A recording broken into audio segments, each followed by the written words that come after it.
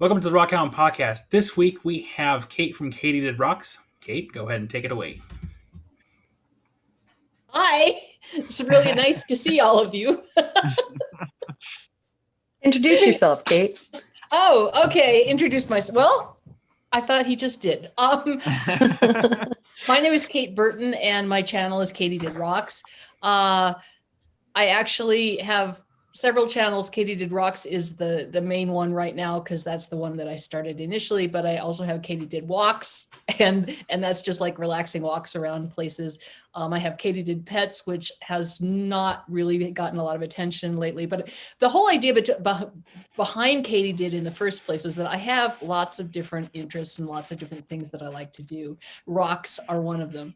But I also make things out of clay, and I paint, and I have, I've dabbled in mosaics, and I just all kinds of like creative type things.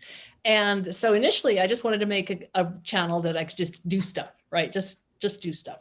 But I very quickly learned that YouTube it can't figure out what to do with people that have an eclectic channel. They just kind of like sit there and they don't grow and they don't do anything. And at the same time, I was going out with my son, who also has a channel, Wanderlust.Adventures. Check it out; it's wonderful. And so we were doing a lot of rock hunting and a lot of rock collecting. And so I thought, well, I'll do a rock channel because I love rocks, and I have a saw from my dad, and that's what we'll do for the start. And so for a long time, it was just KatyDid, right? And so people would look at it and go, "The KatyDid, what does that have to do with anything? Why would I click on that?" And so finally, I changed the name to KatyDid Rocks, which I kind of like because, rocks. But so yeah, that's my story, I guess. I have 3 cats and a dog and a husband and 3 sons and a good time. Right on. Change your name. I'm gonna have to make you a new mussel shell carving now because it's outdated now. No, because it's still KatyDid. It was like, oh, except for I do have a new logo, but I like the one that you have. It's so beautiful. Theo made me a this gorgeous little clamshell that he carved a KatyDid on. I mean, it's just stunning. It's so stunning. Theo is such a generous soul. It's really, really been a privilege to know him. Well, same That's with awesome. you, Kate. Love it. Well, welcome to the podcast, Kate. Yes, Thank you so welcome. much for coming. And I would like to take a moment right now to thank all of you guys for tuning into the podcast as well. Welcome to those who have been coming all along. Thank you so much for hanging out with us. And then if you're new to the podcast, well, buckle in because we're going to, you're in for a wild ride tonight. I'm with KatyDid, who is more like Katie does because she does so many things. I, by the way, am Karen Britt, and I'm from Ozone Fine Art Ventures here in beautiful Oregon. And so I'm going to hand it off to you, Theo. My name is Bob, and my channel is Adventures of Dude Man. The Adventures We of don't have Dude any Man. videos yet. Yeah, there's no videos on the channel yet. Gonna have to check it out then. Yeah. Well, I've been retitled as Mild Kyle for World of Rockhounds. I'm keeping that name, by the way. Oh yeah. Yeah, you better hold on to that because that's fantastic. It's not just funny; it really does accurately describe you. I told my wife that, and she's like, "Yeah, that seems about right." If you guys are all wondering at this moment in time, especially if you're viewing for the first time, we just had Wild Kyle on last week. And so definitely go check out that video. And since we had 2 Kyles, we were in another space and time element. And so we came up with, or I'm not sure who coined it. Was it Wild Kyle? It was Wild Kyle. Yeah, I think it was. That doesn't surprise me. I'm not complaining. I might actually make a shirt that says Mild Kyle on there. It sticks. That's awesome. Well, Karen, you said that there you have some shout outs before we get started into a few things. Yeah. So I just wanted to thank again, you all for your comments and your questions that happen in the comments section. So if you have any, definitely leave them for us. We were wondering where you're tuning in from. And then also if you have any questions for future guests and ourselves, leave them in the comments for sure. We'd love to know these things. And so I wanted to say hi to Marlene from Denver and hi to Lauren from Central Illinois, and Sandmaker was in Florida actually. So he was really happy that Wild Kyle was on so that he could be taking notes through the podcast. And then Dreamweaver, I'm glad that we already fronted that Wild Kyle was on last week because Dreamweaver had left a comment about us having a jam session with Wild Kyle, Lapidary Dave, and anybody else who plays. And he wanted to call that project Rockhound Sounds. And I thought that was brilliant. Ooh, that kind of gave me tingles a little bit. Yeah, right? Yeah, that could be a lot of fun right there. It's such a good idea. And so I jokingly, that washboard right next to my thumb is still in the studio because I was offering to play. But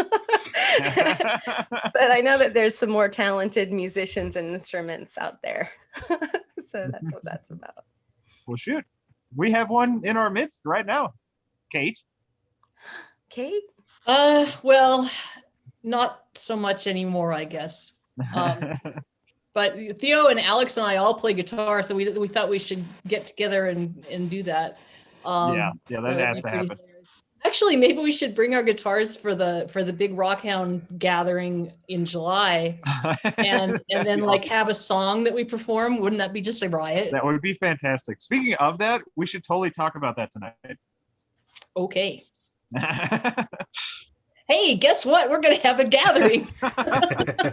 Really, guys, where is it going to be? We are on July 17th at Two Moons Park from noon to 4. Two Moons Park in Billings. We are gathering rockhounds from wherever you want to come from. And Theo and I will be there for sure. Montana Rock Mom and Travis will be there. And Alex will try to be there as long as his schedule allows him to. He's agate angler. We have so many people that say, "Oh, I want to meet you. I want to rockhound with you. and it's like just not possible, right? No matter how much we would like to do that with everybody who wants to, there's just like no way. We would never get anything else done.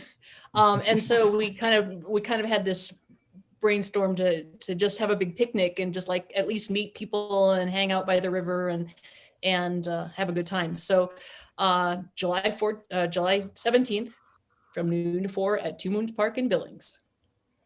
Unless the permit doesn't go through, right? Theo? Yeah. That's the hard part. We need to make like an RSVP thing or something like that, so we have any idea of how many people are coming, because apparently we can't say like 300 to 300. Yeah, exactly. Like I looked stuff up and it's impossible to know if we need a permit or not unless we have like an exact number. So it's like, I mean, 2 guaranteed, but there could be as many as, like anywhere from 2 to, 300, 400. I have no way of knowing. Right. Yeah. Sounds like a wild party. Is there a place that they can like get in touch with you or someplace else with questions, like a Facebook account or Instagram or something like that, a website? We have lots of Facebook accounts. I have one that's called KatyDid Rocks. Really, really, I really had to think hard about that one. Theo has his own personal Facebook page, but his group, and it's a wonderful group that he does a really good job with, is called Look What I Found! ! And so there's information there. Where else can they send? Will there be an event? My email is katydidrocks@gmail.com. So there's that. I was going to say, you have your Jasperlicious group. Oh, yes. And then the Jasperlicious ! So perhaps for on one all of Jasper those, lovers. on one of those, will there be an event page perhaps? Oh, an event page. We should do that. What a good idea. Yeah, thanks, Karen. Okay. Continue. Yes, there will be an event page, and it will be made very shortly.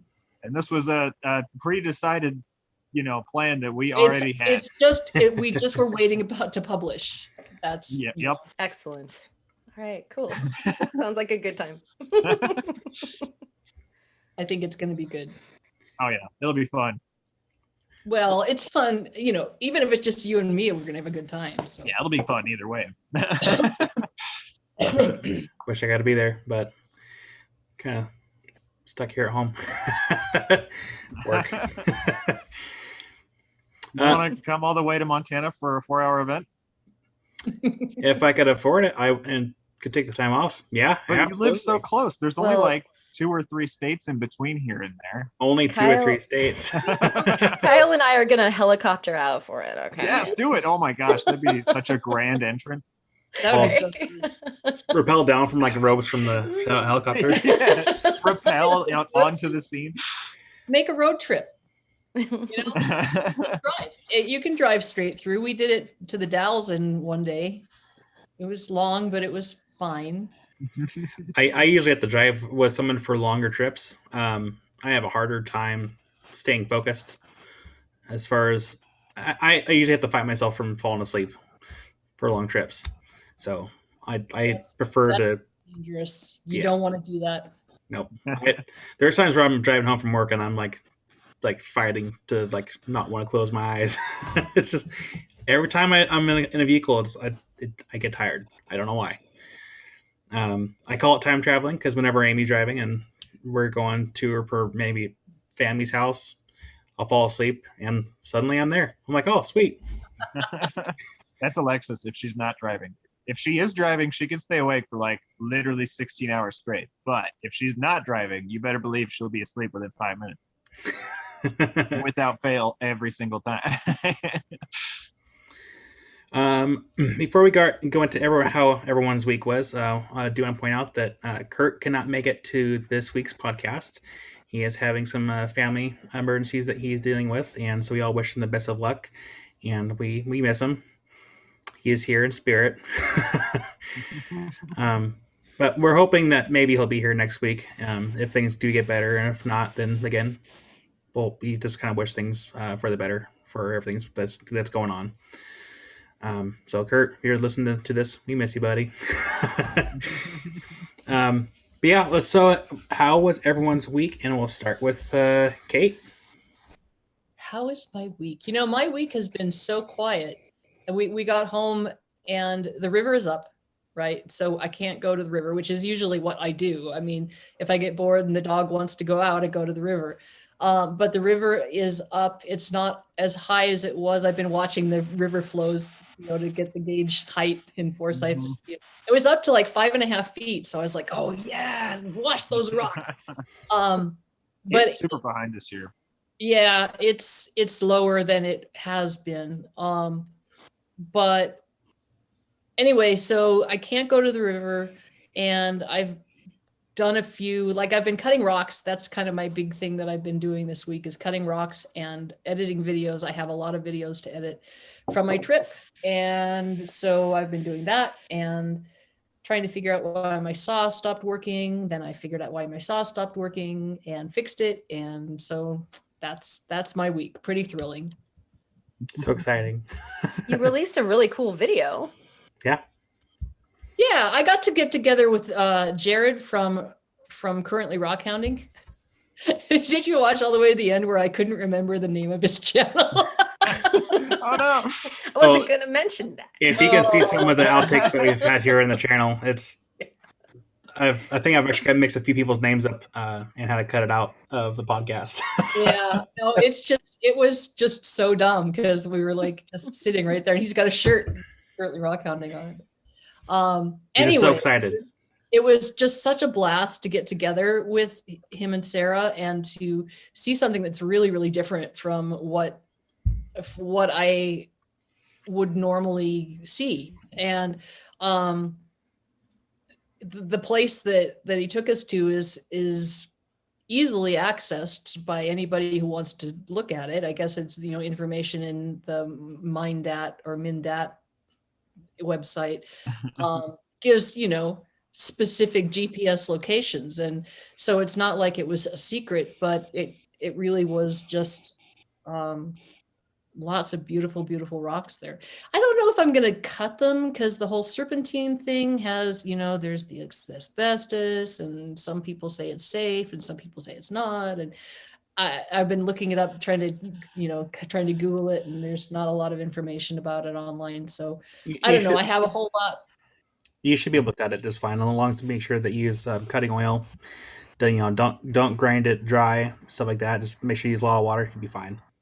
I was going to say, I don't think you have anything to worry about because tiger eye is actually a quartz pseudomorph of asbestos, and it's perfectly safe too. So I actually was reading an article about that because I learned that this week. So I guess I did do something this week. When I was trying to do this research, they recently discovered, they used to think that it was a replacement. It was a quartz replacement of the asbestos. And they have since figured out that actually the little strands of asbestos in tiger eye are in between where the quartz is, which makes it that's what makes the pattern that makes it so shiny. And I thought that was really interesting. Yeah, it is. I love tiger eye. Karen, how was your week? I'm trying to figure out who's next. I thought we were just having a technical issue or something because it just got really quiet. I was like, oh gosh, what happened? No, that's my brain just error 404. Yeah. Stop responding. That's fine. Oh man, I had a crazy busy week and it was really good. I dropped a video about our very late season washout here on the beaches, which has been just an incredible gift. We should not be rock hounding this late in the season on our beaches. And we've been having some really low tides. We just had that great big moon. And so it's been really good. This one was about fossils. It was a really good video. It was so nice to see your face and hear your voice. Your voiceover voice is very different. Thank you. Well, it's you get the nice in a can, with a microphone thing. But then we usually have just incredible winds on the coast. If anybody's been to the Oregon coast, you know that you're going to get exfoliated by at least 20 knots, of sand. Make sure your hat is tied to a string to your shirt because you will lose your hat. Yeah, wind sports are a thing. So in this case, it was just, again, unseasonably glassy and warm and beautiful. And so I was like, okay, it's time to get on camera. And so it was really fun to do it that way. That was fun and very different for me. So thank you, Kate. I liked it. I'm a little embarrassed to say that I haven't watched it yet. It's on my to-do list. We've all been keeping up with the videos is like a full-time job, especially as the rock hounding community grows. There are so many new channels that I can't even begin to keep up. That's a good thing though, because before we started the round table, I didn't realize there was that many rock hounding and lapidary channels at all. And to see more and more surfacing, like they're just there for a long time, and like I didn't know about it. It's been awesome to see that kind of content just kind of pop up. And so if there's ever a lull day, I'm definitely guaranteed some kind of rock video to watch. Right. all day. All day. Cream Rock Podcast 4/7. Yeah. Was there anything else, Karen, for your week? Oh, that's my week. I'll hit projects when we get to projects. But Theo, what's up? My week has been stressful and hectic. So I had a lull at the beginning of last week. So I thought, hey, this is the best time to completely tear my shop apart so that I can go through inventory and kind of just, take my leverites back to the river and just make sure everything is organized. And I've gotten so many new rocks in the last 6 months that I need to re-go through everything so that I can maximize my available space. So I have the shop just torn apart right now, absolutely torn apart.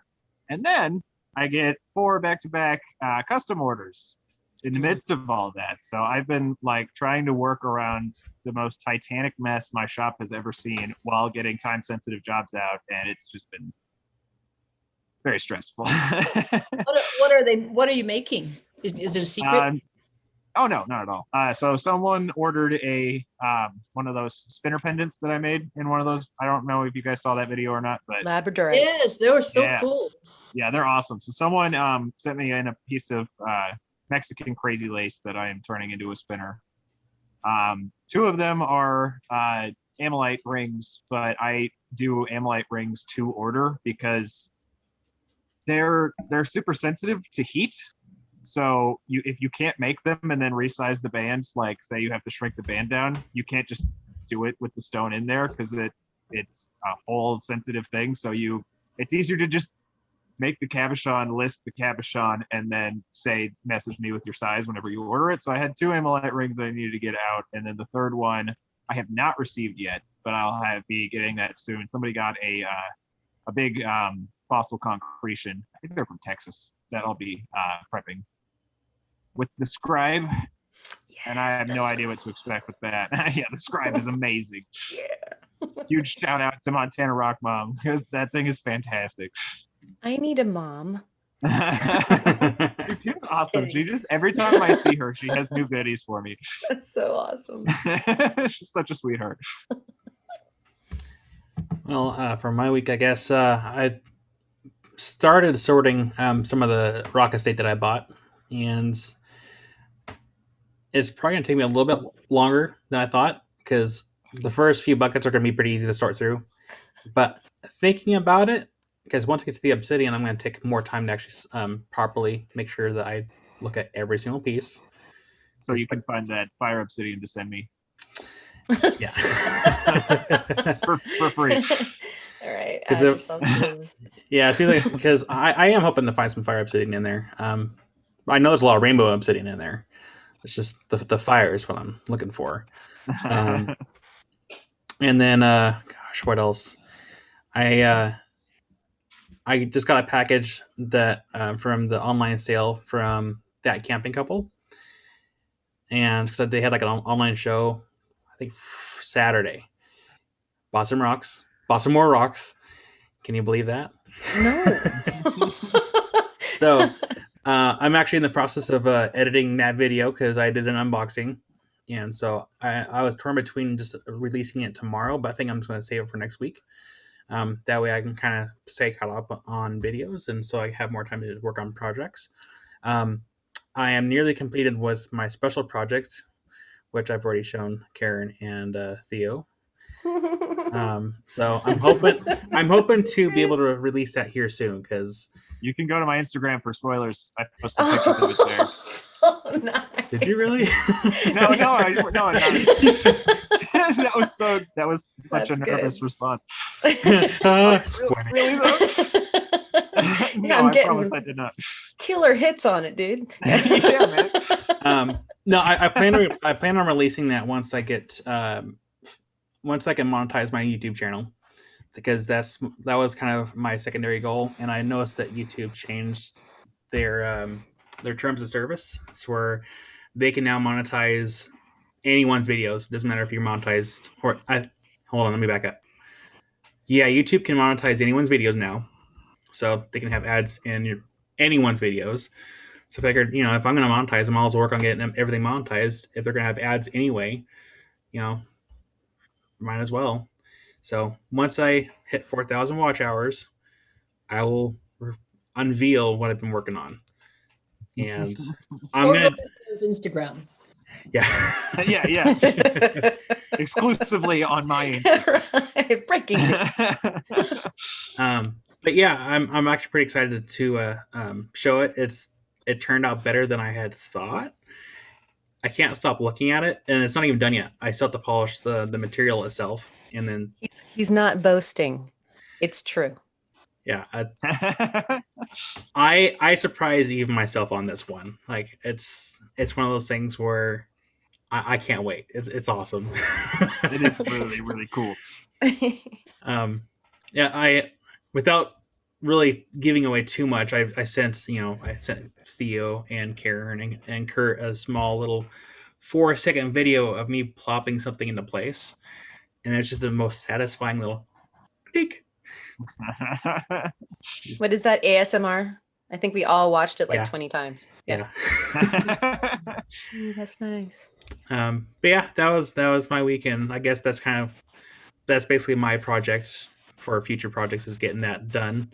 Because I'm like 250 watch hours away from 4,000. Wow, So close. So close. So close. So I'm pretty much like working against the clock at this point, but that gives me time to get everything done.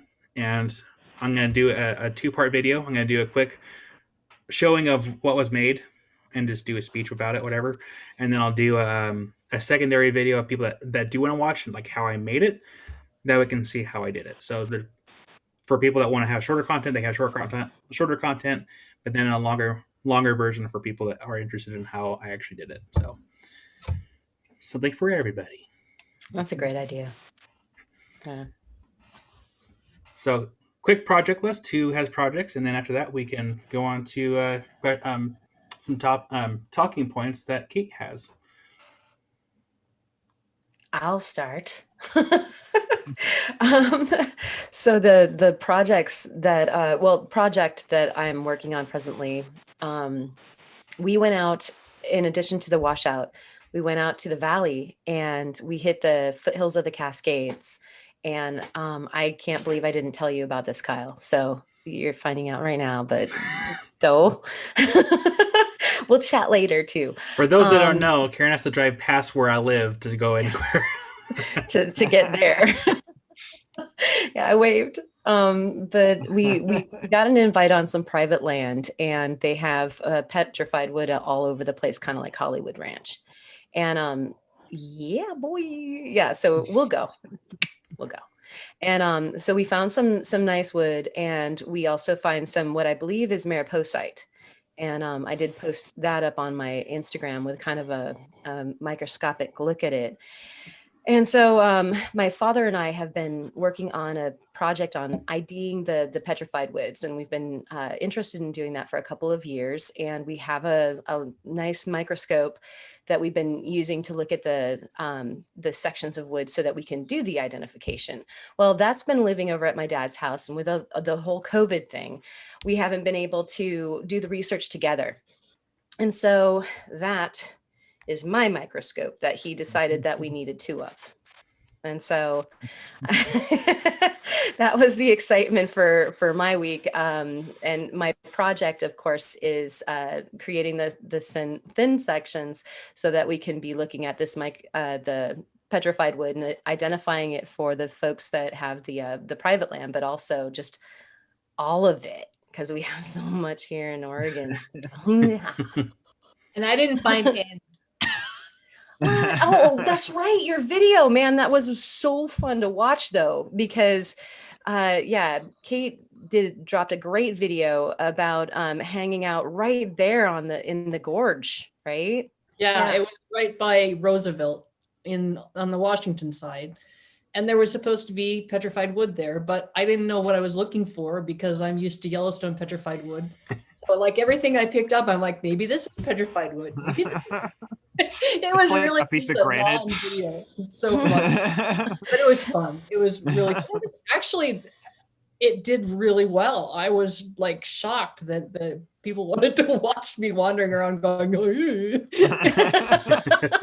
It was a fun video. And I think maybe that was part of it, was that nobody knew, including you, what you were necessarily going to find. And a lot of the videos, you're like, okay, yeah, he's going to hit pay dirt and it's going to be awesome. And I'll scrub to the end and watch the sexy shots at the end. But you were just like, I don't know. And this might be a Jasper. And like, it was great. It was fun though. It was really, really fun. We'll talk later about the trip that I took, but if you can go someplace different that you just don't know anything, maybe don't make a video about it. But it's so fun. It's so fun. It is. Go and not have all the, oh, I know this and I know what this is and I know what that is. It's like so fun. So yeah, we had I love rock hunting in Wyoming so much. Because I don't know Wyoming the way I know the Yellowstone. So it's like, I totally 100% agree with that. Like, it is so much fun to just not have any clue what you're doing when you're rock hunting. Like, stepping out of your comfort zone is fun sometimes. Yeah, I think it's important to have a little bit of a clue and maybe I don't know, look up stuff or see pictures, or you'll see in my upcoming Big's Picture Jasper video that we made some errors initially. We still ended up with I can't wait to see that. I saw the picture of the back of your car. Oh, I did. I sent you a picture, and we had the Jeep, right? And so we had gone. We went to the Klickitat River. We went to Roosevelt. Oh, I guess we're talking about projects first, right? We're talking about that now. Yeah. Okay. Go for it. So I just wanted to make sure it wasn't running over somebody. Oh no, we have a very loose itinerary. We went to Roosevelt because the Rockhounding Washington thing said there was picture Jasper. We were in the Dalles is where we were, and we were and then Big's Picture Jasper is now available again, at least for a short time until everybody sucks it out of the wall again, because they widened the road where they had the initial find, and so there's some new seams that have been exposed. And so we went and Jim did his magic with the hammer and chisel, and we did some really awesome stuff there, and brought home a lot of picture Jasper. Wow. That's cool. That's But a big deal. Initially, I was picking up things that were not because they looked like it was, and it was just which is dumb because I had it I watched the video and I'm like, this just doesn't have the texture that Jasper does. I wonder why that is. It's because it's not Jasper, you dumb. Anyway, I can show you. This is one of the Jaspers that. Isn't that just so cool? That's cool. That's so awesome. Oh yeah, I have some for you, Theo, and I brought you a a thunder egg. Oh, thank you. So we did. Oh yeah, the Big Picture Jasper, and then the other thing that we did that was like my big heart project was a couple of years ago. My dad, who is 86, had said that he would like to go hunting thunder eggs with me, that he would like to do that or experience that. And initially I was like, yeah, Dad, you can't really, you don't get around very often. I had this picture of rockhounding on the Yellowstone, right, and trying to get all over all those big gravel cobbles and things. But then I figured out that thunder eggs are just like in a pit. They're just like right there. You don't have to move around a lot. And so I did some research and I looked for thunder egg mines that were operational. He went to Richardson's back in the day, but apparently they are no longer allowing people to dig. I talked to the gal at Richardson's and she said it's because people were such jerks, they just didn't want to deal with it anymore. And I'm like, oh, that's really sad. That's really, really sad. It really is, because I've only been there once to dig, and I wanted to go back around my birthday, and a few weeks prior, I found out that they weren't allowing digging anymore, and so yeah. And I talked to the gal who, the woman who is one of the owners, and she said it was just exhausting. Every day they'd start showing up, and they had a cutoff. You can't dig past a certain time, and people would start showing up, and after that cutoff, and they'd just be abusive and swearing at them. And I was like, oh, that is just so tragic. And it's still a great place. I mean, they still have just amazing stuff, and I had a good time just looking at all of the rocks. But anyway, so we couldn't go to Richardson's, and so I found out there were a couple other thunder egg mines that are operating. One of them is the Lucky Strike, which Jared did a video on, and the other one is called the Polka Dot Egg Mine, which doesn't sound very promising for thunder eggs. But they, in 2017, found this strike of these thunder eggs that are just they're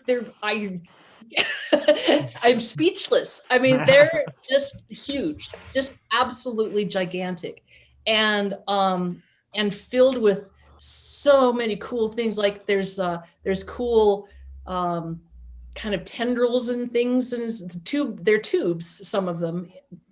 Is this recording? So kind of like We'll have subtitles for you. Yeah, the subtitles are going to be really interesting because I don't think I finished a single sentence there. Anyway, they have these really amazing, I got to show you. I have one that's cut that is the first one I pulled out of the ground, and I got to show it to you. Let's see. Oh, you're not kidding. Those are big. Yeah, Wow. this is not even like the biggest one that I brought home. Oh my gosh. Just gorgeous, and the basketball size, and so I looked at the Lucky Strike mine first, but they really didn't have. It wasn't very accessible. It wasn't easy to get into. And so I contacted the Polka Dot Egg Mine. I had seen CJ's video, and Pookie, don't do that! Ow! Did we get the puppy dog? Oh, it's a very big cat. A kitty cat.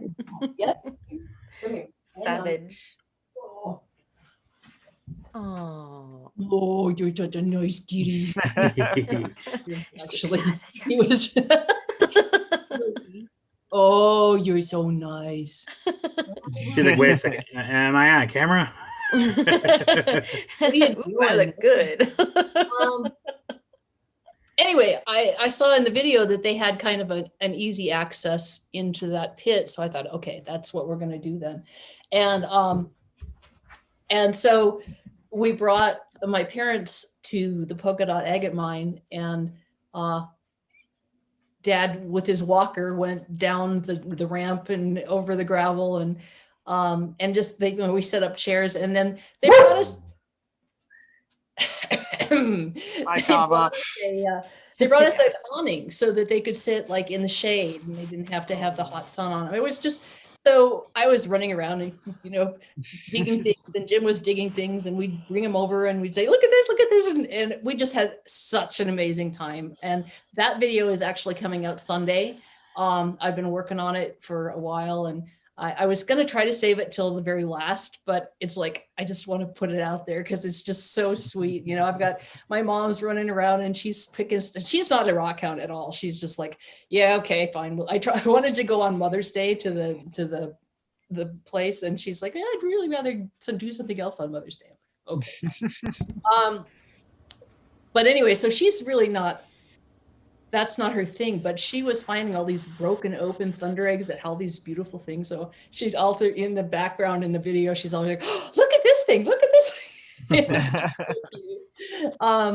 So yeah, that was just so much fun. And my dad, was just so happy to be able to share that experience. Because it's been a rough year.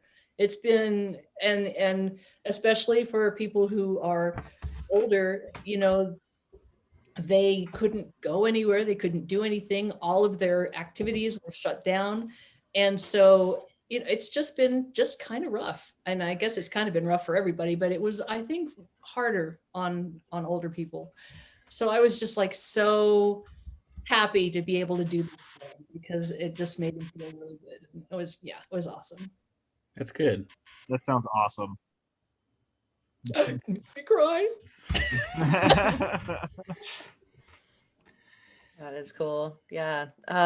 My dad and I hit Richardson's before it closed, and he's 83. So yeah, it's cool to be able to share the rockhounding thing with your, especially didn't your dad kind of get you into rockhounding?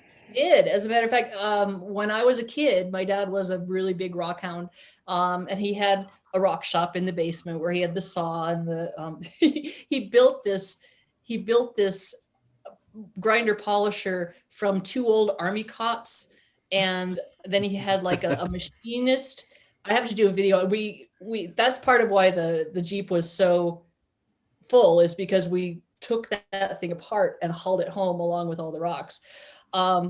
Anyway, he had a machinist help him build this grinder polisher with the frame was 2 old army cots welded together. And so he had, all of that stuff. And so for our vacations, family vacations, we would plan them around where we can go find cool rocks. And I guess I didn't really think too much about it as a kid. I mean, I learned how to, look for things, but it wasn't like, wahoo, yay. But as I got older, I realized that was really a really special gift. And it's something that you can do with your family. It's something that you can do that doesn't cost a lot of money. It's outside, so you're healthy and happy. And so when I got my dad's saw, that was kind of the impetus when we got my dad's saw running, I actually had my dad's saw in the garage for like 3 or 4 years that was all taken apart because I put it in the back of a car to take it back to Montana. And then I couldn't remember how to put it back together. So we had to have my husband figured it out pretty fast once we started working on it. But so once I got that saw done, then I had all these rocks that I had collected when my kids were little, when we lived closer to the river. We used to go there all the time. And so I started cutting those, and yeah, it's just kind of grown from there. Nice. Yeah, and I think that's why it's important for everyone that is in the hobby to make sure to protect it for younger generations, so we can keep doing this, with our kids, and our kids can do it with their kids' kids, so on and so forth, and got to keep this hobby around. Otherwise, it will die with us. Jared and I had that conversation. He just released a video that was mostly me flapping my gums. It was kind of. I loved it. Hey, Jared. Well, that's exciting. But we were talking about this whole idea of rock hounding and the younger community joining the rock hounding group. And, there was this gap that from, the old guard, where in the 70s and early 80s, rock hounding was really, really a thing. It was like very popular. I mean, relatively popular. I don't think it's ever been like, oh boy, you're a rock hound, cool. But then there's like this whole big gap of almost 20 years where there really doesn't seem like there was a lot of progression. The old guys just kept doing it, but there weren't a lot of younger people joining. But now I feel like that's really changed. That's really kind of transformed. Where, I mean, you look at the rock hounding channel, look at you guys, you're all little kids. Well, almost all. Well, me, I'm considerably younger than everyone else here, I think. Well, I'm considerably older than everyone else here. So.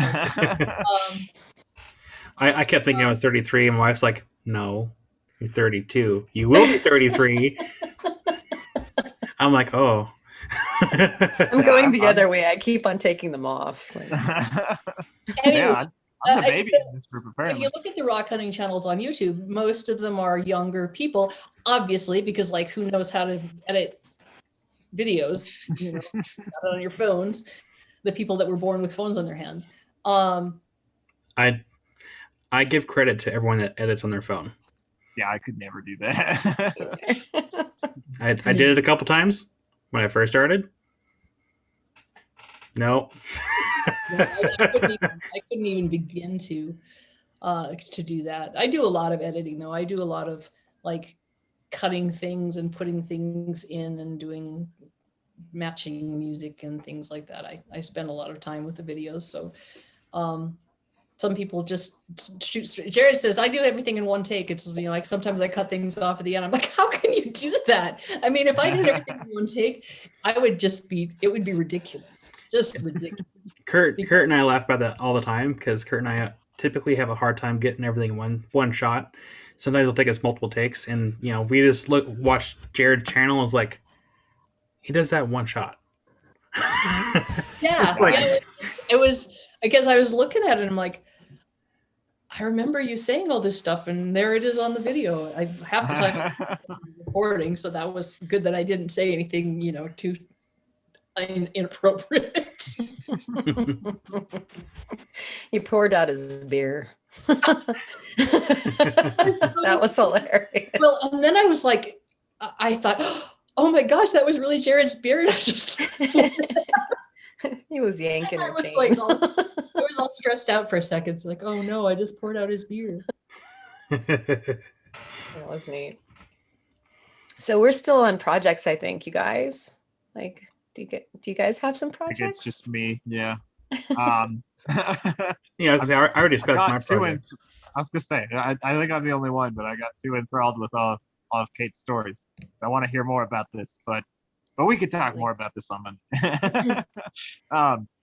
While I was organizing the shop, I found my box that I forgot about, and that box is filled to the brim with fossil concretions from Bear Paw Shale that I've been holding on to until having a scribe. So there's lots of really nice spaculites and ammonites and all this and that. And as soon as I get my jobs done and the shop put back together, I am setting upon that box because it's a gigantic box filled with some really, really promising fossils. So I haven't started it yet, but that is my next project.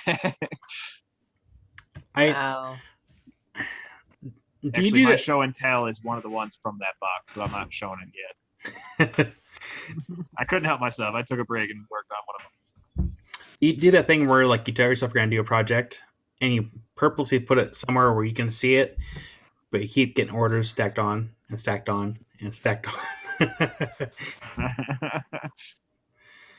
And then you get up in the middle of the night and you do it anyway. No, that's why I make sure that I have everyone knows when ordering for me that it's a 3 to 7 day shipping period. Usually it's like I get it out the next day, but I also have things that I need to do during a week. And if I just, had a like 2 to 3 day shipping period, I would never get anything done because every day at work would just be packing orders. So yeah, I have to set a longer shipping period just because it's like I have other things that I need to get done, not just packing orders. But, yeah.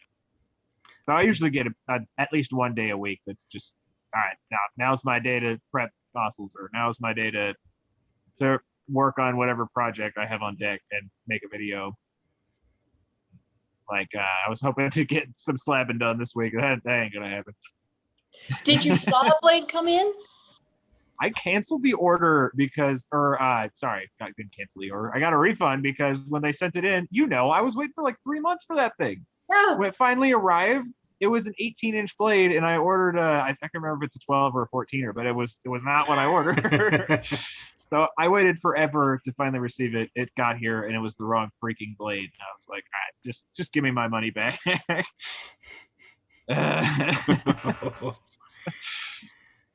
So did you get a different one?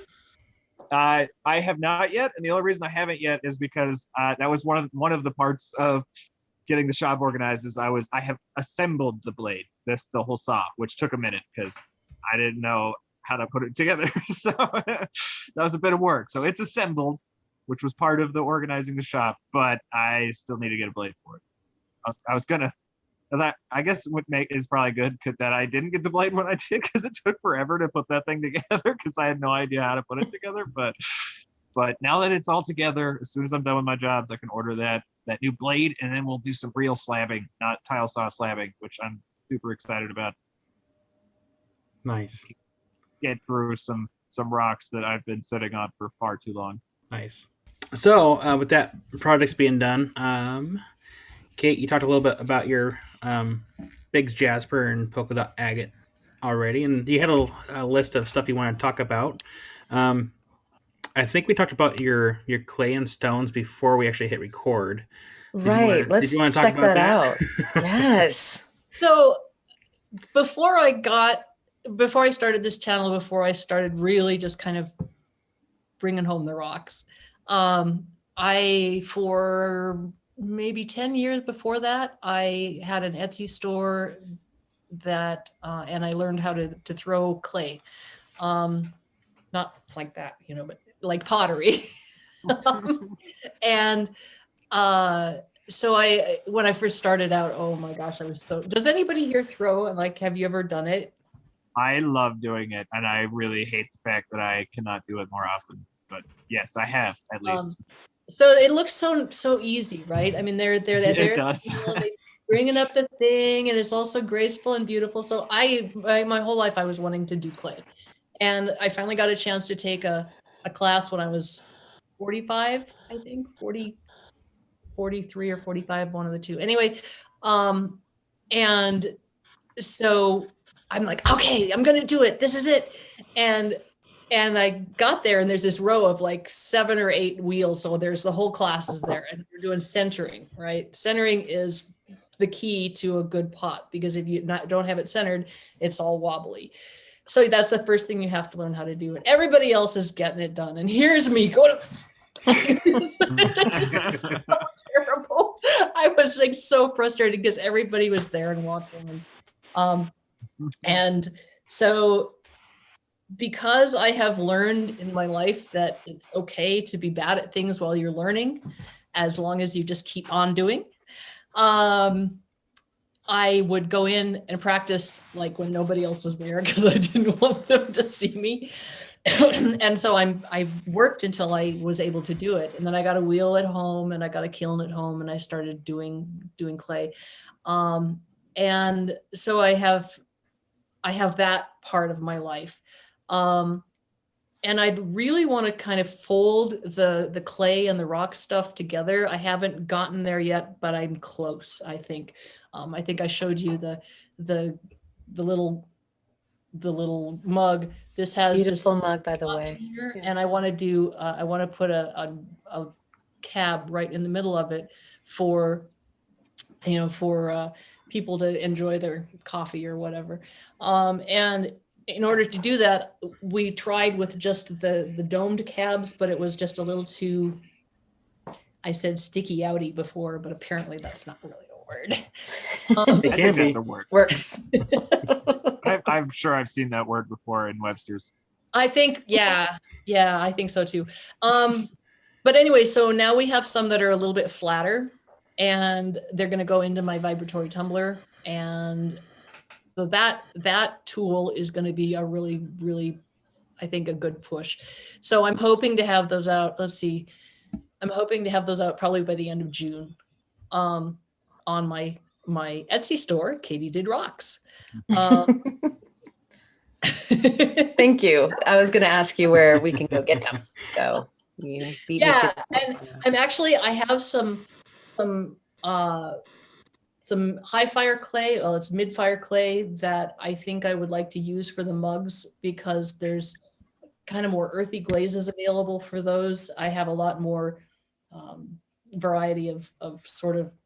I mean, this is a paint on glaze, and it's pretty, but it's sort of like, I don't know. It's just, it doesn't feel quite like what I want to do. So, yeah, so that's, I guess, my project, or one of my projects, is trying to bring that all together. And it's going to be a little while, because I've got to make the mugs and make them work. But I think we're almost there. Cool. Kate, I wanted to talk to you about something, actually, because I've been making clay. And I don't have a kiln, obviously, so I have no way of seeing if it's actually good or not. So, well, you know what? I will bet you that it fires red, and it's a low fire clay, and you're welcome to give me some, and I'll fire it for you. Okay. Well, yeah, I've been actually, this is a kind of an ongoing science project for the past like 5 years. So, with my flat lap, with my faceting machine, which I use all the time with a lot of various rocks, I have a bucket that it feeds the water into, and I only use water. And over the years, that little bit of sediment catching at the bottom has been building like crazy. And then I moved that into a different bucket where it can condense. And I have been literally making my own clay from the rocks that I cut. And it's actually like really good elastic clay that is very promising, and I have no way of firing it, and I think it would be awesome. No idea what it actually fires like then, because yeah, I have no clue. You were saying. Yeah, that's interesting. It's awesome. We have clay soil here in our area, and I have Yeah. mud and used it to make stuff, and it fires red just like the hills. Excuse me. So yeah, well, I would be happy to look at those, Theo. I think that sounds that's very interesting, actually. Like I didn't even know if it would work, frankly, but yeah, gave it a shot. Spider behind me? Yep. Oh my Like a gosh. jumper. Wow, I can see it from here. Yeah. Oh, all right. Extra excitement Anyway. for the podcast. I learned how to collect clay from the source and realized, it's just a muddy sediment that condenses over time. So I was like, muddy like what? Mud suspended in water that condenses over time. And I'm like, I'd make a bunch of mud because I work with septarians and all sorts of different soft muddy rock. I could probably make my own clay, and I just followed all the steps, and the end product was really something that was like a true blue elastic product that I made myself. And I'm like, man, I need to find a kiln so I can fire this. Well, Jim just pointed out that we have 2 extra kilns that we need to sell. So if you're looking to buy, I'm like, every time I bought a lot of clay stuff that always came along with a kiln, I ended up with like, I don't know, 5 or 6 kilns at one point. Ridiculous. Anyway, so yes, that is what's going on with the clay. It's something that I sort of it's been on hold for a while, but I think this is going to push me into making it a thing again. So nice. And then you ended the talk about point 2 of things to do when the river is high. So what do you do when the river is high? Well, I whine about it a lot, and I say I look at the river gauges and see how it's doing, but actually this whole area here is covered with gravel. The Flaxville gravel goes like 30 miles in each direction from the river. So literally any hills within that corridor are going to have rocks in them. And you just have to be willing to find them. They're not just scattered on the beach, they have, but I found some amazing rocks in the hills, just in the hills. Yeah. And I mentioned this in one of my videos, but the ones in the hills are often broken. And I'm like, what the heck is all this? Because they're broken. And Tom Harmon, who wrote the book on Montana agates, said that apparently that people, Indians and settlers and Native people and settlers and the people who were here would just break them open to see what was inside because they knew they had cool pictures in them. And so you're finding all these broken rocks in the hills that somebody else broke open 100 years ago or more. It's just amazing to me. That's cool. It's really cool. That is cool. We actually had a viewer question that is right on this tag, and this would be for everybody, but I'd love to start with you, Kate. And the question was, if all the material in your hounding area went away except for one thing, what material would you keep so that you could always find it? Oh, and let me just say really quick, that was from 406 Findings. So thanks for the question. Oh, Travis, you're so evil. Right. I can't choose. There's just no way. I mean, I love jasper, right? I'm just like a jasper fiend. I pick it up all the time, and I pick up petrified wood. I love petrified wood, and I love the agates. Like, could I just pick the trifecta, and then everything else can go away? That's cheating. Hey, no, you can, Kate. Remember, I found the trifecta rock in that one video. So that's technically, true. that's all one rock, Technically, here in Oregon, we have agatized wood. So that's kind of a double difecta. Difecta.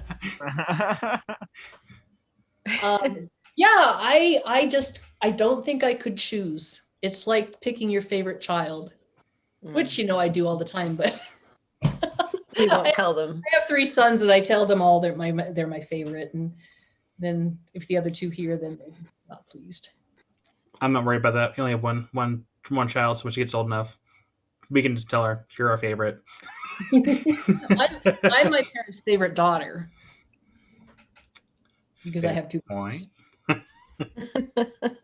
Convenient.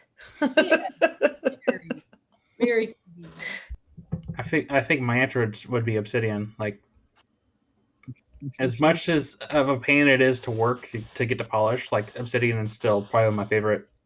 Even though it's technically not a rock, it's my favorite material. Your mineraloid choice. Yes. Okay. Can I cheat? Yes. Silicate. Silicates. Oh. And he hits it out of the park. You did it. He did that. That's so brilliant, Theo. Well played, so well played. Get more time to think about it. Yeah, I had like 5 minutes. I don't know. Time's relative to me in the best week. Nice.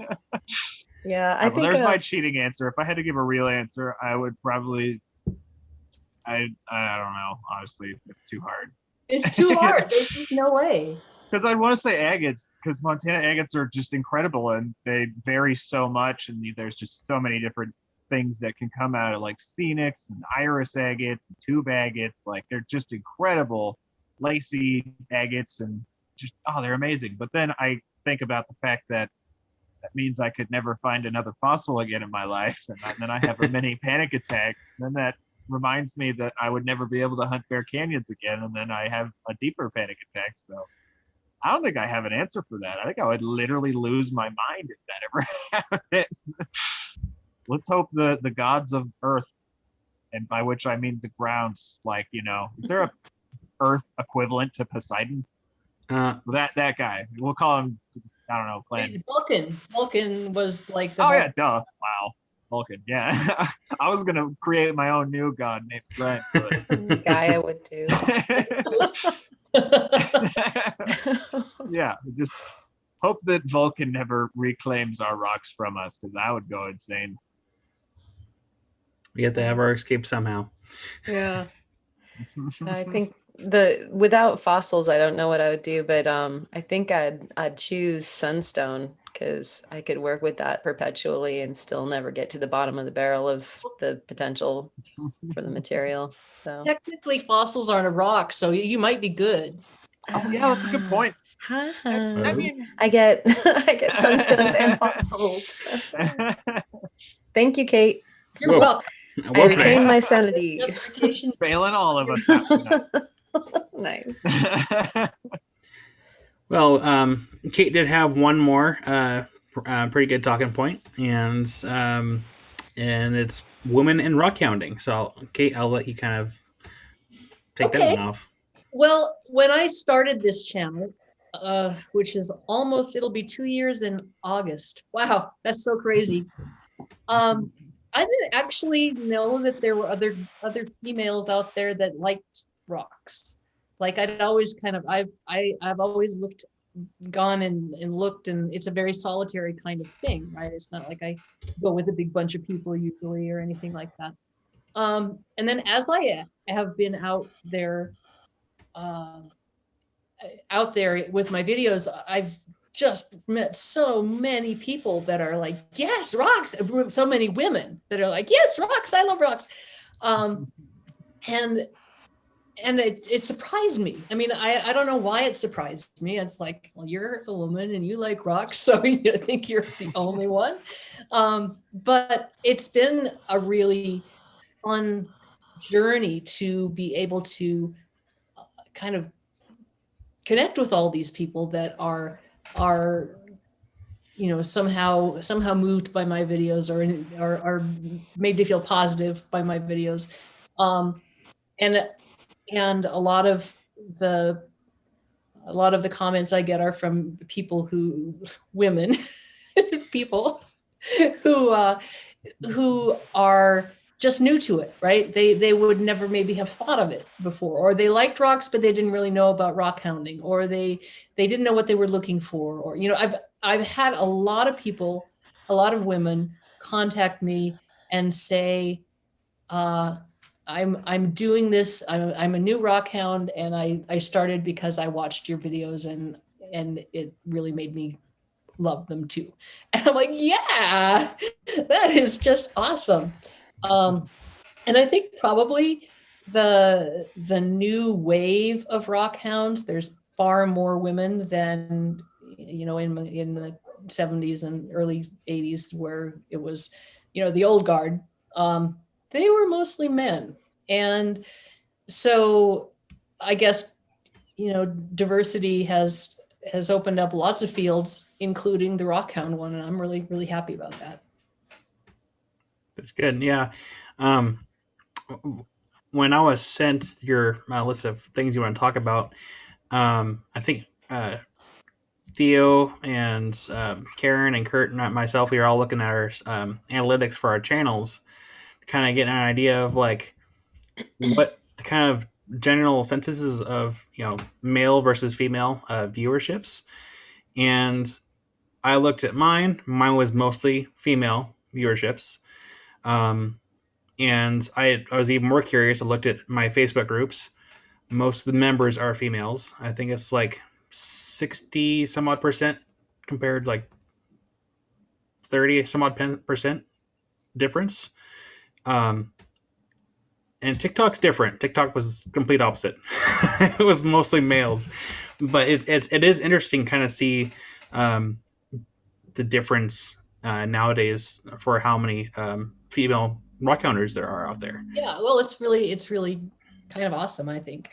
No, it is awesome. I mean, it should be for everyone, not just for one specific group. Absolutely. Yeah, my analytics are like, I think almost 70-30, like 68 to 32 female majority for my subscriber ratio. And then look what I found. It's, really, truly? See, yeah, I'm actually like 60-40 males over females, which I have almost a 70% lead on a female majority on my channel. Yeah, no, I would, that really shocks me, because I was thinking that I had like a lot more female subscribers, but And I think this kind of same thing with Karen I guess too. the men just like me. What can I say? Awesome. Yeah, wasn't it the same thing with you, Karen? Yeah. So I did. What was interesting was that Kyle had performed a few different time spans. So overall time and the last 28 days and the last 7. And I was pretty even when I did, I think, the 28 day. And that was actually shocking, because most YouTubers like have it like one way kind of heavy or the other. And I found myself sort of in the middle. But my last 7 days were 70% male and 30% female. And so, no splaining on that. Yeah, I think that's the consensus that we reached, was that this is, It was there's so- no logic behind it, I don't think. And the age groups were really varied too. Yeah. Like so my age groups had the tendency to be on the lower end, and your guys's were on the higher end, right? Yeah, Yeah. my two biggest age ranges on my channel are, I think it was the like 45 to 74 age demographic. So I didn't have which means any. there are very few people my own age that watch my channel. Yeah. but look what I found. It's I think over 70%. I think it's like 71 or 72% female majority, which is why I get so just livid when I hear, which I don't frankly honestly hear that much anymore. But then again, I'm male, so I probably just I don't know, I'm not exposed to it the same way, I guess. But I get angry when certain people like talk about it being a man's game. It's like, oh, dude, if anything, my stats show that this is a woman's game. Yeah. My I experience. think that there's a certain type of rockhound, and Theo knows exactly what I'm talking about. I absolutely know what you're talking about. Is a very macho kind of thing, right? Look at the big agate I found, and mine is bigger than everybody else's. and they're very unpleasant, and they still exist. They're still there, and they, Absolutely. especially in Facebook groups, it's really pronounced. But they're not the only ones. And I guess that's the thing that we got, maybe they're the loudest if you're in that moment, but there are so many awesome, wonderful kind-hearted, generous people out there that love rocks and are willing to share ideas and thoughts and help you learn. And it's really a great community. Yeah, it keeps growing all the time too. Yeah, my experience has been that in the decades that I've been involved, my family was involved. My grandfather gave it to my mom, who gave it to me, and I have a crazy my mom's cousin that she's like been a rock hound of the most intense degree ever since I can remember. And so, and like literally the kind of digger that you have in your mind that always has the pick and always has the leather hat and Wyoming. And so I think that I'm skewed because in my experiences, both with family and then all the time that I've spent at like Tucson Gem Show with the groups there, it's so like everybody just respects everybody else for knowledge, and there's different cultures that feel differently about that, and you can feel that when you go. But it's just, wow, you're out here, great. Or wow, you found this thing, or you have this rough, or you tell this story, and everybody's kind of celebrating it. So I wonder if the culture is different online.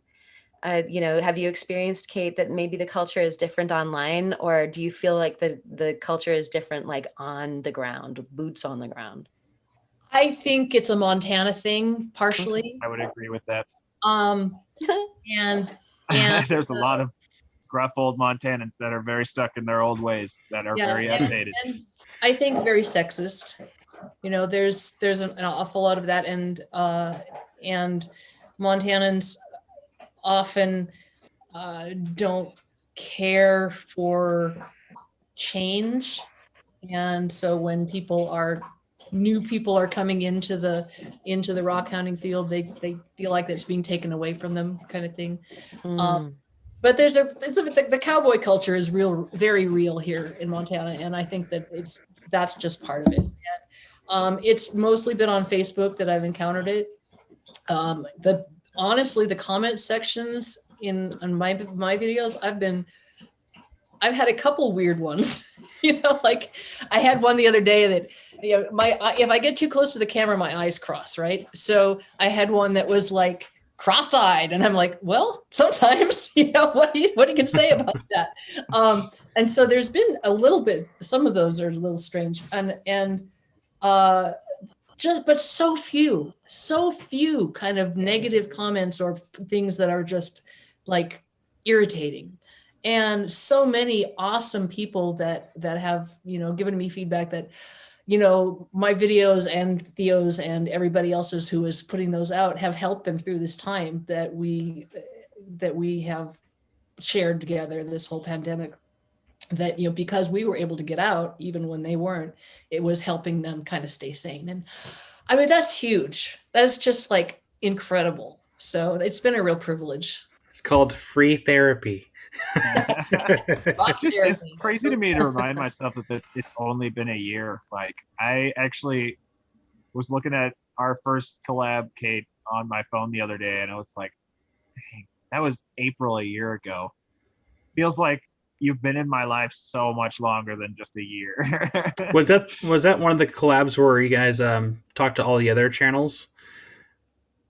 No, I wasn't. That was I'm sorry. That's your Rock Around the World series, right, Kate? Yeah. Yeah, I wasn't in the first one. I need to get another list of people together.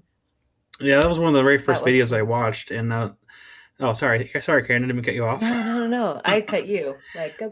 I was gonna say that was like one of the first videos I watched when I had started my channel up, because I mean I have my other YouTube channels that are completely separate from. They're more for like personal use.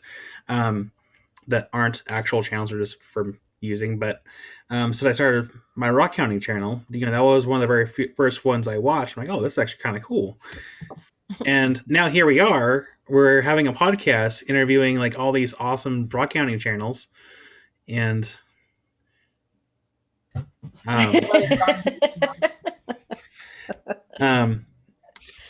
Sorry, my brain just like the. Anymore, I'm out of here. I was like, oh. Yeah, the look on Kyle's face was like, apparently I said something wrong. But yeah, I thought it was super cool that that to watch that, and a year later, here we are, started this, and we're interviewing all these huge channels and all these awesome content creators.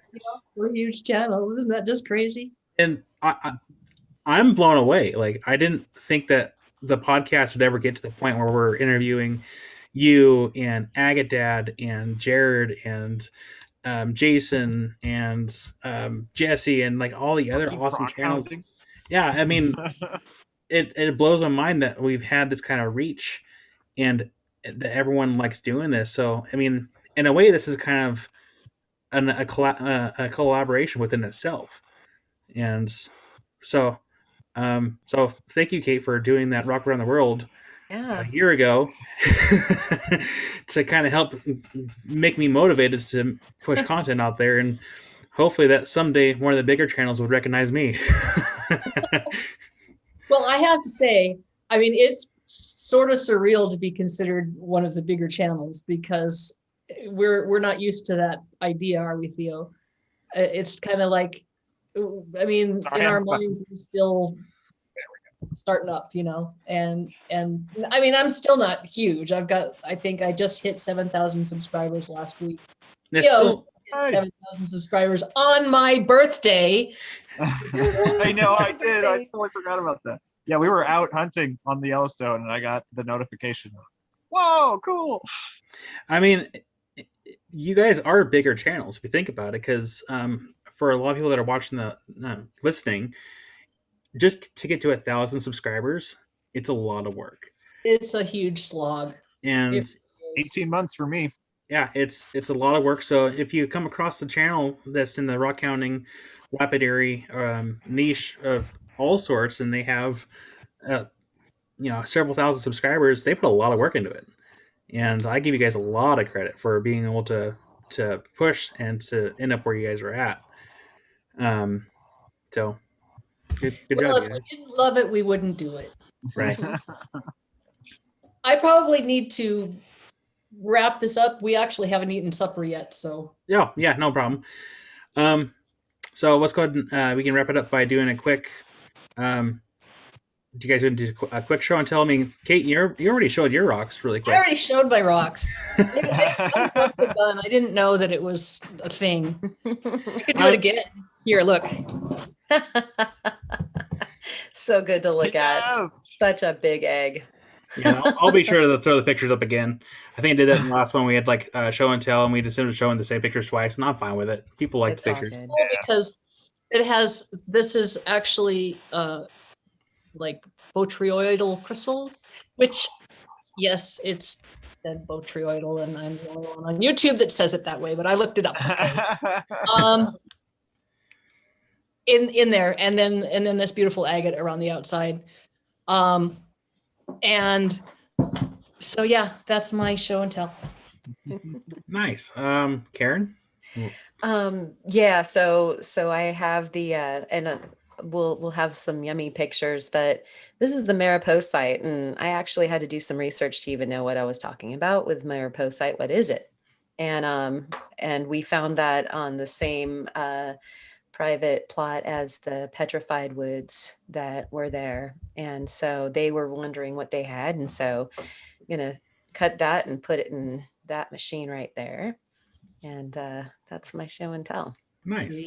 Mm-hmm. Theo? Mine is one of the conglomerates from my box of Magic Mystery, and it's pretty awesome. So we've got a big ammonite right here, really nice scaphite. Then underneath that scaphite is a big, ceramic clam.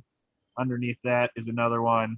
There's another one right here. There's another one hiding in there. And then there's a blanket of yellow calcite all across this entire bottom. And then underneath that blanket of yellow calcite is another, ceramic clam. Like, this thing is just loaded up with fossils. It's fantastic. And this, the scaphite is extremely calcified and has some just incredible sutures. So I'll make sure to to get you some good pictures of it because it's awesome. Yes, please do. It's a good one. This is It's just the first gorgeous. one that I grabbed out of that box, so I absolutely cannot wait to get into the rest of them. Nice. I guess for me, it's kind of a hard decision because I sorting some rocks. I came across it looks like basalt. I'm pretty sure it's basalt anyway, but I'll have to throw some pictures up. But there's some opal in there. It doesn't look like yes. opal, but I found some color flashes when I was looking at it much closer, and so I'm gonna try to figure out how to grind and polish it to kind of bring out the color play, and then have a nice display piece of a specimen. So that's my show and tell. That's crazy. Um, So crazy. And to wrap things up, let's go ahead and do our words of wisdom. So, Kate, let's go ahead and lead off with you for your words of wisdom. I don't have any words of wisdom. Yes, I do. Do you know what my words of wisdom are? Keep on doing. Oh, that's what I was gonna say. Man, Trying to you can't steal your catchphrase from me. Let me explain a little bit about that just real briefly. Since I'm trying to get out of here, I'll just talk more. I used to work at a retirement community in California, Leisure World it was called, and it was a mile square of a retirement apartments. And the median age in Leisure World was 78. And that means that there's half of the people who lived there were older than 78. And so I met a lot of genuinely old people, 102, 103. And I came to understand with my work there that people who are engaged with their life, who love their life and who have something they're passionate about, whether it's, four-wheeling in Copper Canyon or making quilts or having a club or whatever, something that they love, keep living until the end. They have a life and they are vibrant and alive and engaged. And the people who just really didn't, they sat on the couch and watched TV, they just kind of faded away. And so with my keep on doing, that's really what I'm talking about, is that we don't want to fade away. We want to be engaged with our lives and have something we love. And so that is my words of wisdom. Very nice. Like it. Thank you. Karen? Well, I'm gonna definitely piggyback on that. That's golden. I'm going to dog in. I am not leaving you. Okay, I'll go ahead and fill in the spot. So I think that what's important to carry along also is, if you don't know, find out. And the whole project that I have going on with my dad right there, we were rock hounding petrified wood, picked it up, and Dad's asking me, "What is this?" And I was like, "It's pet wood. You did good." Took him to a spot where we knew that he was going to find some. And no, what is it? I'm like, yeah, well, it's probably partially agatized. Fair question. There's definitely some silicate action here. No, what is it? And I was like, "What do you mean? What kind is it?" And so we didn't know. And part of the fun, I think part of that passion that you were talking about, Kate, is, keeping the questions alive. Like, nothing dies. The thoughts don't die. The creativity of moving forward into the discovery of the things. And, being a rock hound is so all about discovering things and new rocks in the ground. And, something like that, I don't even know what I'm looking for. And so, if there's a question, then grab it and keep on going until you can answer it. Maybe could be good. Nice. Theo? I'm still thinking. If it makes yours, Kyle. Buy me time. Don't let anyone take your dinosaur. I mean, gators are dinosaurs, so. I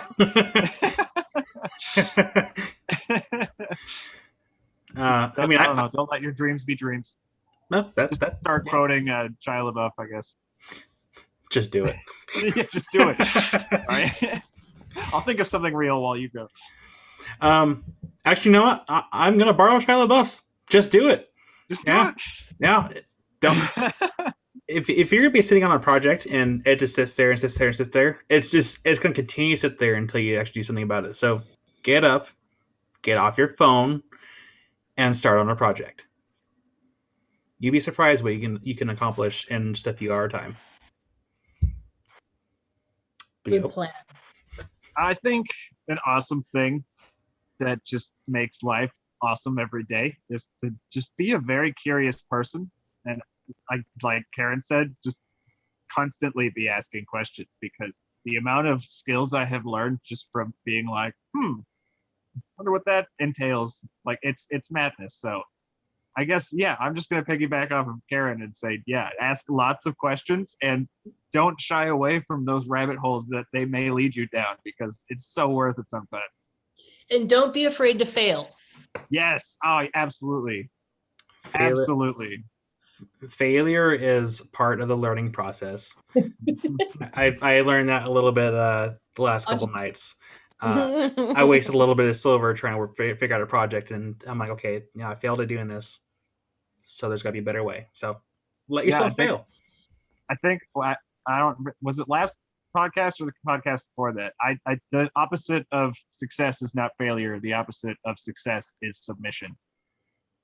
Yeah. So do not be discouraged by failure. I fail all the time when I'm making stuff. Learning opportunities. Yes. Let me ask the audience a question really quick. Also, congratulations, you made it to the end. You get extra points. Look under your seat for that $10.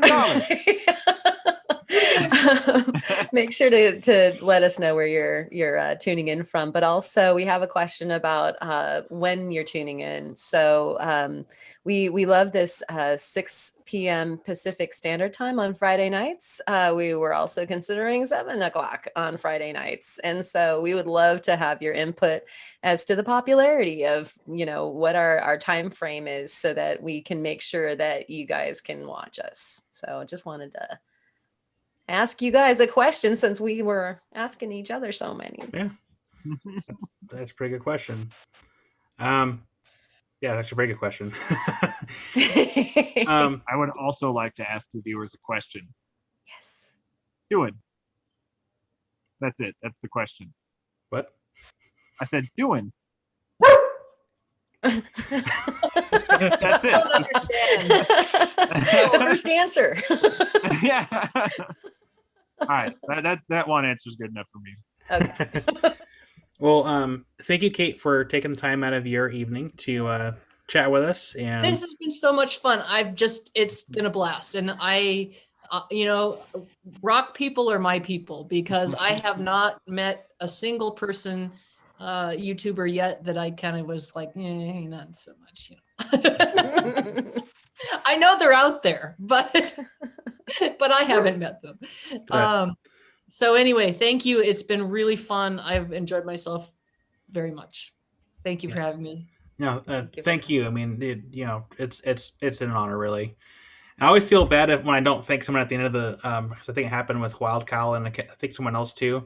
I didn't thank him at the end, and I think it's just because I was tired after a long day of work.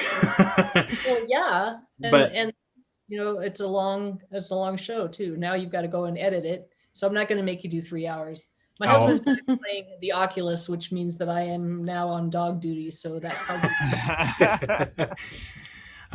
Well, either way, thank you for your time, and thank you to our viewers that have taken your time out of your night to watch our podcast and hang out with us. And we'll be sure to see you in the next one. So we'll see you next Friday. Actually, no, yeah, we'll see you next Friday. So until then, rock on. Thank you. See you next time.